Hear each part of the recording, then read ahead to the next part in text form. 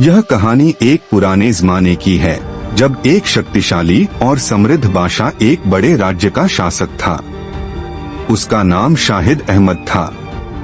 वह अपने राज्य में बहुत ही ऐश्वर्यपूर्ण जीवन जीता था और उसकी दासियां और गुलाम उसे उसकी ऐशो आराम वाली जिंदगी देने में हमेशा तत्पर रहते थे। शाहिद अहमद के महल में शानदार भोज होते, महल के भीतर कला और संस्कृति का आयोजन होता और उसके पास हर वो चीज थी जो एक शासक के पास हो सकती है। उसके महल के आंगन में स्वर्ण और बहुमूल्य रत्नों से सजे फव्वारे, बड़े बड़े बाग बगीचे और चांदी के बर्तन थे। लेकिन शाहिद अहमद की जिंदगी में एक कमी थी, सच्ची खुशी और संतुष्टि की। वह कभी भी अपनी शक्ति और ऐश्वर्य में पूरी तरह से खुश नहीं महसूस करता था। उसकी आंखों में एक अदृश्य खोखलापन था। उसे हमेशा लगता था कि उसकी जिंदगी में कुछ गायब है। शाहिद अहमद के महल में बहुत से गुलाम थे जो उसके आदेशों का पालन करते थे। उन गुलामों में से एक गुलाम का नाम था रहमत। रहमत एक साधारण आदमी था जो पहले एक गरीब किसान था और अब बादशाह के महल में काम करता था।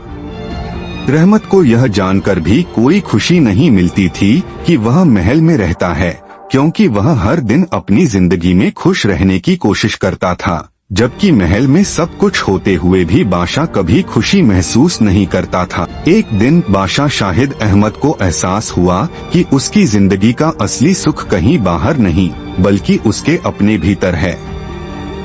वह सोचने लगा, क्या मैं सच में खुश हूँ? मेरी शक्ति और ऐश्वर्य के बावजूद मेरी आत्मा दुखी क्यों है? उसने इस प्रश्न का उत्तर खोजने के लिए रहमत को बुलवाया। शाहिद अहमद ने रहमत से पूछा, तुम इतने साधारण जीवन में कैसे खुश रहते हो? तुम्हारे पास तो कुछ नहीं है, फिर भी तुम हमेशा मुस्कुराते रहते हो। क्या राज है तुम्हारी खुशी का? रहमत ने सिर झुकाया और धीमे स्वर में कहा, महाराज, मुझे कभी यह नहीं लगता कि मुझे किसी चीज की कमी है। मेरी खुशी मेरे दिल में है। जब मैं सच्ची मेहनत करता हूँ, जब मैं दूसरों के लिए कुछ अच्छा करता हूँ, तब मुझे शांति मिलती है। मैं अपने पास जो भी है उसी में संतुष्ट हूँ। मुझे यह महल, धन और ऐश्वर्य की कोई जरूरत नहीं। मेरे लिए खुश रहना, संतुष्ट रहना, यही सबसे बड़ी दौलत है।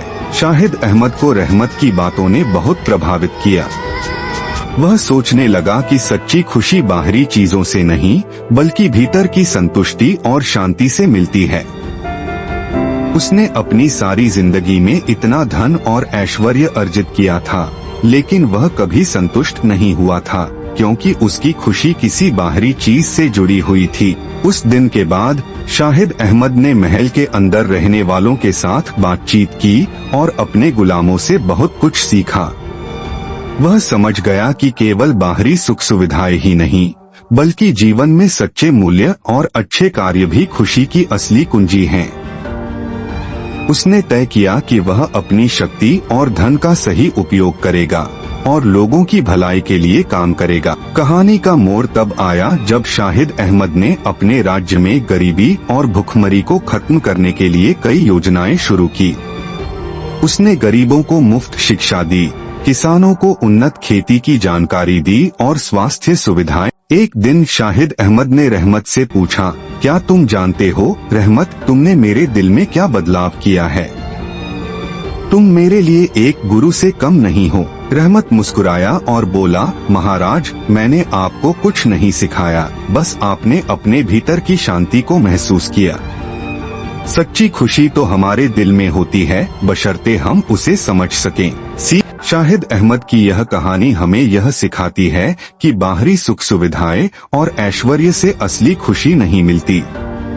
असली खुशी और संतुष्टि हमारे अपने भीतर होती है, जब हम सच्चे उद्देश्य के साथ जीवन जीते हैं और दूसरों के लिए अच्छा करते हैं।